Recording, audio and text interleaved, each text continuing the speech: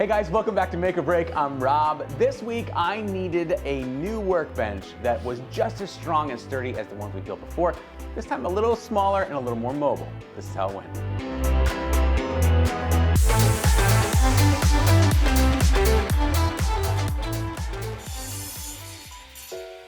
Over on our other channel, Belts and Boxes, we were recently challenged to test a ridiculous claim from a drill bit company called Spider. To do so, we needed to build a small but strong workbench that would support steel plates while we drilled through them hundreds of times. Now, I wanted a smaller, more mobile workbench for a while anyway, so I thought now was a good time to build one. We based the design on our Milwaukee table saw workbench, but scaled it down to 4 foot by 4 foot square. To build it, we only needed some 2x4s and a couple 4x4 legs. My brother pitched in this week to help me build this one on time. The first thing we did was measure out our cuts, line them up with a miter saw, and then use a stop block to make sure our duplicate cuts were consistent. Next, we did the same for our 4x4 legs. Now, just like we built our big bench, this one would be sturdy because we used dado joints. These are slots in the 4x4s that the 2x4s rest in. To cut our dados accurately, we used our circular saw and adjusted our blade to the depth of a 2x4. Then after we marked our legs, we made a bunch of repeated cuts until we could break out the waste. When all the dados and rabbets were cut, we screwed the 2x4s together into a frame for the top and lower shelf.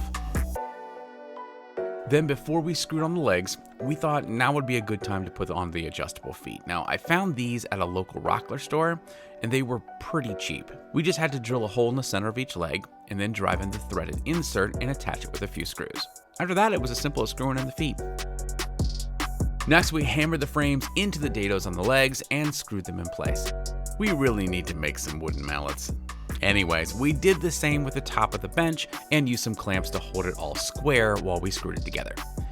So after the frame was done, Jeff and I carried it outside to work on the top. For the top, we decided to get some 3/4 inch MDF, which is very flat and of course very heavy, and we cut full sheets in half. Let me ask you something. Have you guys ever worked with a sibling before? For some reason, it always leads to super bad safety practices, so don't do this, just get a sawhorse. For those panicking right now, no, my hand wasn't anywhere near the saw, I promise. After we made our cuts, we glued 4 pieces together to make a seriously solid 3-inch top. Once the top dried, we moved it into our studio building where we would be doing the testing, and I attached some casters that engage with the pedal, and we also attached the top with a few angle brackets and some screws. And that was it. We had a small, portable, but mighty workbench that worked great for our drill bit testing, and I'm sure we'll find many more uses for it moving forward. I did end up buying some 1x4 that I plan to use on the edge of the table to protect the edge and to make the whole thing look nicer, but it's not something you have to do.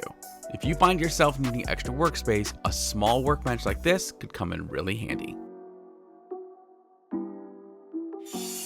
That table worked perfectly for our drill bit test, which, by the way, when that video comes out, you can check it out over at Belts and Boxes. It's super nice having a third workbench, especially one that's a lot smaller, but also still very, very sturdy. If you want to build one yourself, I'll be sure to link to the SketchUp file below. I want to thank Heart for sponsoring this episode, reminding us once again we can build anything we imagine if we do it with heart. Don't forget to like and subscribe, and don't worry, Sarah will be back next week. I'll see you then.